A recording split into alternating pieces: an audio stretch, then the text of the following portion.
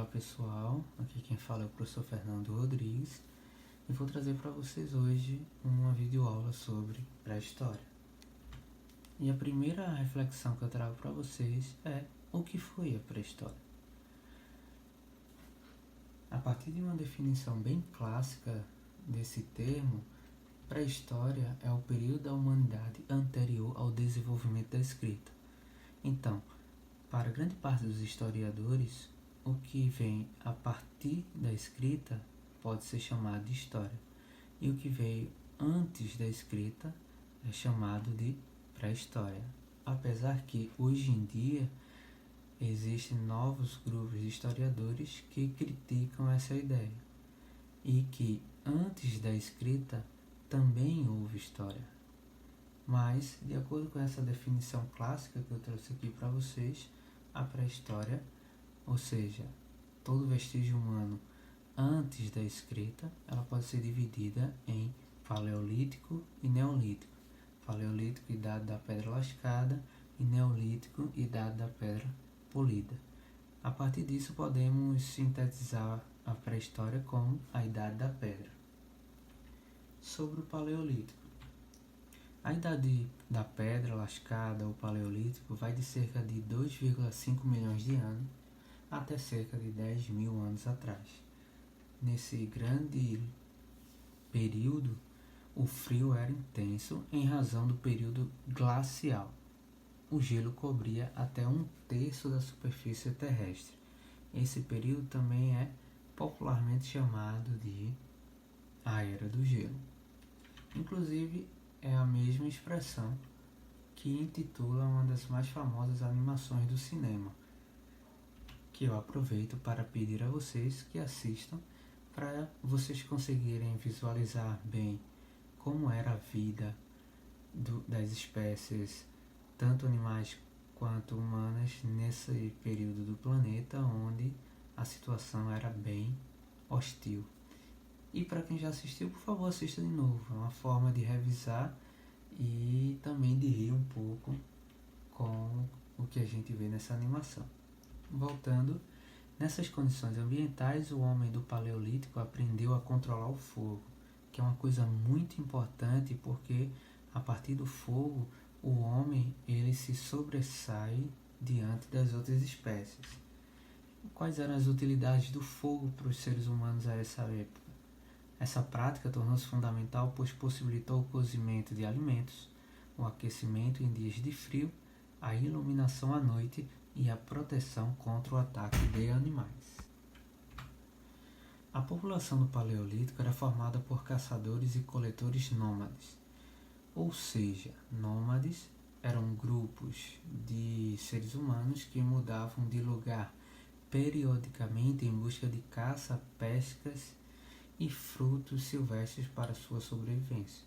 Então, nômade é qualquer grupo humano que se muda de lugar em busca de novas ofertas de alimentação. Então, se ele está num lugar e acaba-se as ofertas de alimento, ele é obrigado a se mudar em busca de outro lugar. Essa prática é chamada de nomadismo. Andava-se em bandos, geralmente em grupos de 25 a 40 pessoas, vivia-se em abrigos rochosos, cavernas e usava-se peles de animais para se proteger do frio. Claro que essa prática de usar a caverna como residência ou então fazer roupas de pele de animal, isso é resultado de milhões e milhões de anos se readaptando às mudanças climáticas, às condições do planeta e as dificuldades impulsionando as espécies de seres humanos a produzir ferramentas, objetos ou outras coisas que facilitem na sobrevivência nesse período. Acredita-se que as sociedades paleolíticas viam na natureza elementos sobrenaturais. Essa hipótese é feita com base em pinturas rupestres que apresentam registros desses seres míticos nas paredes das cavernas.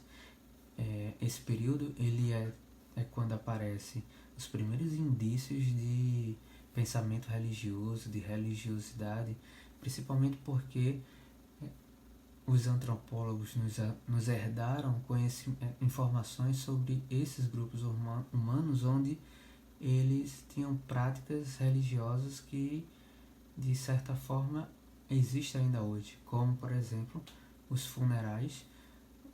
Essa espécie humana, dentre as outras, elas enterram seus mortos com pertences que eles usavam em dia, em posição de feto, tudo isso indicando que eles acreditavam numa vida após a morte.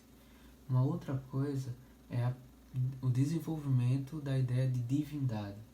Para muitos povos antigos, e se remonta a esse período da pré-história, o desenvolvimento da ideia de uma divindade mãe ligada à natureza, o que a gente conhece popularmente como Mãe Natureza. Com os ossos obtidos das caças, esses grupos humanos confeccionavam objetos de pedras cortantes. Por isso, o Paleolítico é também conhecido como Idade da Pedra Lascada, pelo ato de lascar uma pedra na outra, bater uma pedra na outra, a fim de afiar e tornar essa pedra cortante para o manuseio de carcaças ou então de peles de animais que foram caçados. Dentre as várias espécies de seres humanos que passou pelo planeta, nós vamos destacar 5. Primeiro, o Australopithecus, que quer dizer macacos do sul, por serem encontrados os fósseis no sul da África. Eles são muito parecidos com os primatas, porém têm hábitos diferentes, como andar em pé e comer pequenos roedores. Isso à base de uma prática de caça muito rudimentar, que é simplesmente coletar pedras, pedaços de madeiras e ossos e atirar nos roedores. Em seguida, o Homo habilis, que quer dizer homem habilidoso. Ele é a primeira fase da espécie Homo e se diferencia das anteriores por ter a capacidade de construir instrumentos de pedra muito rudimentares, mas que provoca uma diferença das espécies que vieram antes. À frente, o Homo erectus, ou o homem ereto, a principal característica dele é ser o descobridor do fogo, que é uma invenção importantíssima para a espécie humana diante das outras espécies, e eles são os responsáveis por construir instrumentos mais complexos do que as espécies anteriores. Em seguida, os Homo sapiens neanderthalenses, ou Homo de Neandertal, recebem esse nome por ter sido encontrado no Vale de Neander, na França. Eles podem ser chamados de homens das cavernas, porque eles transformaram fendas de rocha em habitações. Foram os primeiros a praticar enterros de seus entes queridos e também pensamentos mágicos de pintura nas paredes das cavernas, com o objetivo de se apoderar dos espíritos dos animais que vão caçar com a ajuda dos seres da natureza. Por último ali, o Homo sapiens sapiens, que quer dizer homem mais que sábio, mais que inteligente. Então trata-se do homem moderno, da espécie em que pertencemos, e ele é o criador da agricultura, da domesticação dos animais, do comércio, dentre outras coisas. Diante de tudo isso, de onde os primeiros seres humanos vieram? Daí, dentre várias teorias, podemos apontar uma das hipóteses levantadas por eles é de que os primeiros grupos humanos surgiram na África entre aproximadamente 200.000 e 100.000 anos. Do continente africano, teria se iniciado a dispersão territorial ocupando outros continentes. Esses grupos teriam se adaptado ao clima e aos recursos naturais das novas regiões, e isso é uma característica muito importante dos seres humanos, porque se não fosse essa imensa capacidade de se adaptarem e readaptarem a mudanças tanto geográficas quanto climáticas, os seres humanos não teriam chegado a sobreviver diante desse planeta altamente hostil. Por onde passaram, os primeiros seres humanos deixaram vestígios, como restos de fogueira e ossos de animais consumidos na alimentação, e alguns grupos fixaram residência ao longo do caminho. É com esses vestígios que os estudiosos tentaram montar o quebra-cabeça sobre a origem e as características que tinham essas pessoas quando chegaram à América.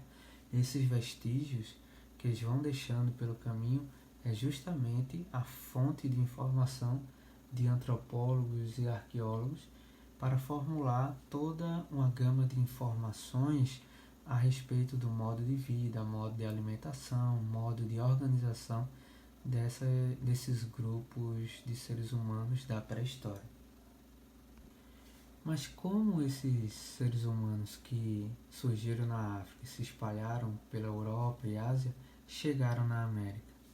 E aí, um dos deslocamentos em direção à América surgiu a direção que os levou ao Estreito de Bering, que eu vou mostrar na imagem. Então, dois grupos se destacam nessas migrações para a América. Negroides penetraram a América do Norte em mesmo período dos grupos asiáticos entre o extremo da Ásia e o Alasca há cerca de 18 mil anos, atingindo a América do Sul há 12 mil anos atrás.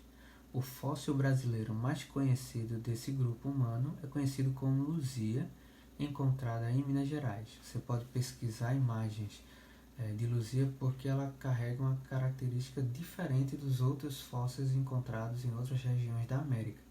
As características de Luzia é de pertencer a grupos negroides, enquanto a maior parte dos grupos que vieram e se espalharam pela América eram de grupos asiáticos. Esses grupos asiáticos eram chamados de mongoloides. Além da migração compartilhada com os grupos humanos negroides há 18 mil anos, houve mais duas expedições pelo Alasca, uma há cerca de 15 mil anos e outra há 12 mil anos, tornando-se o grupo humano predominante em nosso continente. Esses grupos chegaram na parte sul da América por volta de 2000 anos atrás. Esse daqui é o Estreito de Bering. Na época glacial não existia essa divisão entre os dois continentes por água, porque estava tudo congelado e esses dois extremos eram ligados por uma grande camada de gelo, possibilitando que grupos que vinham da Rússia pudessem atravessar para o Alasca e interiorizar na América a pé. Uma outra fase da história desse período é chamada de Idade da Pedra Polida ou Neolítico.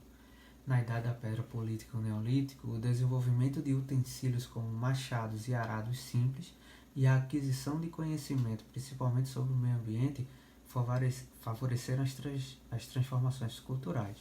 Isso quer dizer que todo o conhecimento acumulado de períodos anteriores, principalmente a observação do meio ambiente e de suas mudanças, favoreceram que os seres humanos da época do Neolítico chegassem a descobertas ainda mais complexas do que nos períodos anteriores.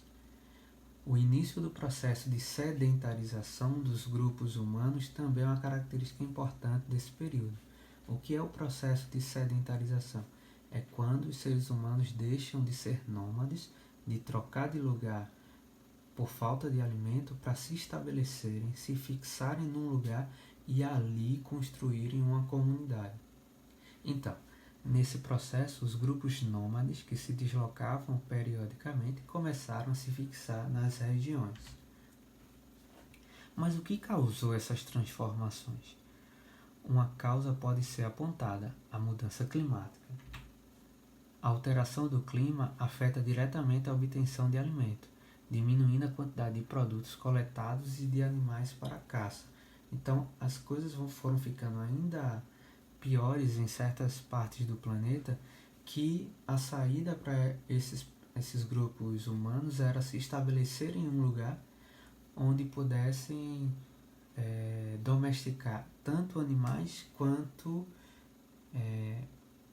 vegetais.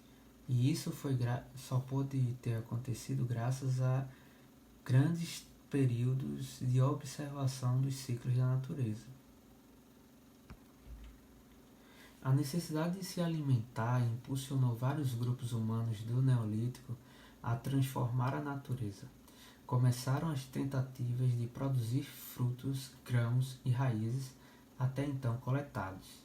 Era o início da agricultura. Inclusive, essa técnica de transformar sementes em novos frutos a partir da agricultura é chamada de Revolução Neolítica, que é a primeira grande revolução da história da humanidade, que é quando o ser humano vai deixar de ficar coletando comida, alimentos, ou pescando, ou caçando até onde tem, para estabelecer uma prática de agricultura que vai fazer com que tenham alimento suficiente o ano inteiro.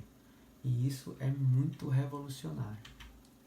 Outra atividade iniciada foi a domesticação de pequenos animais, criados para se obterem leite, carne, lã e peles. Então, a junção da descoberta da agricultura para o desenvolvimento da domesticação de pequenos animais vai fazer com que a escassez de alimento não seja mais um problema, mas pelo contrário, seja a solução e principalmente um incentivo para um crescimento populacional, já que tem comida suficiente. A agricultura gerou a produção de excedentes, no caso sobras de alimentos. Esse aumento de alimentos fez com que, ao longo do tempo, a população aumentasse, o que motivou a fixação de residência, o sedentarismo. Assim, a população começou a se organizar em aldeias, construindo os primeiros assentamentos. Nelas, cada membro se especializava em um trabalho. Geralmente, esses trabalhos eram divididos por gênero. O gênero feminino cuidava da casa, cuidava dos idosos, das crianças, da alimentação e do artesanato, assim como a agricultura. O gênero masculino era responsável pelos trabalhos mais pesados, como a caça, a pesca, as colheitas, inclusive também a defesa do grupo. O homem do Neolítico descobriu que podia aproveitar melhor a matéria-prima e aprimorou a confecção de ferramentas. Desenvolveu o lascamento em formato de lâmina e a pedra polida, aumentando a variedade de instrumentos. A atividade de polir pedras consiste em lascá-las até ganharem a forma de um objeto pontiagudo. A partir desses pedaços de pedra pontiaguda de partes cortantes, os seres humanos no período neolítico puderam expandir a quantidade de instrumentos à disposição. Os grupos humanos do Neolítico se organizaram em aldeias, inventaram a roda, o arado e produziram tecidos. Com o passar do tempo, essas aldeias aumentaram. Esse fato favoreceu aos agricultores as trocas de sua produção agrícola excedente, ou seja, a produção agrícola que sobra, por ferramentas, utensílios e outros produtos de interesse para o próprio uso. Isso é a criação do comércio. Então, olha, somando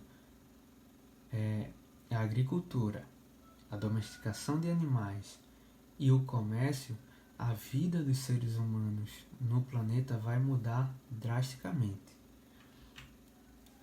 No final do Neolítico, houve também outro avanço importante: o uso de instrumentos com materiais mais resistentes do que a pedra, no caso, como por exemplo os metais, o ouro e o cobre, que eram destinados à confecção de ornamentos, facas, flechas e agulhas.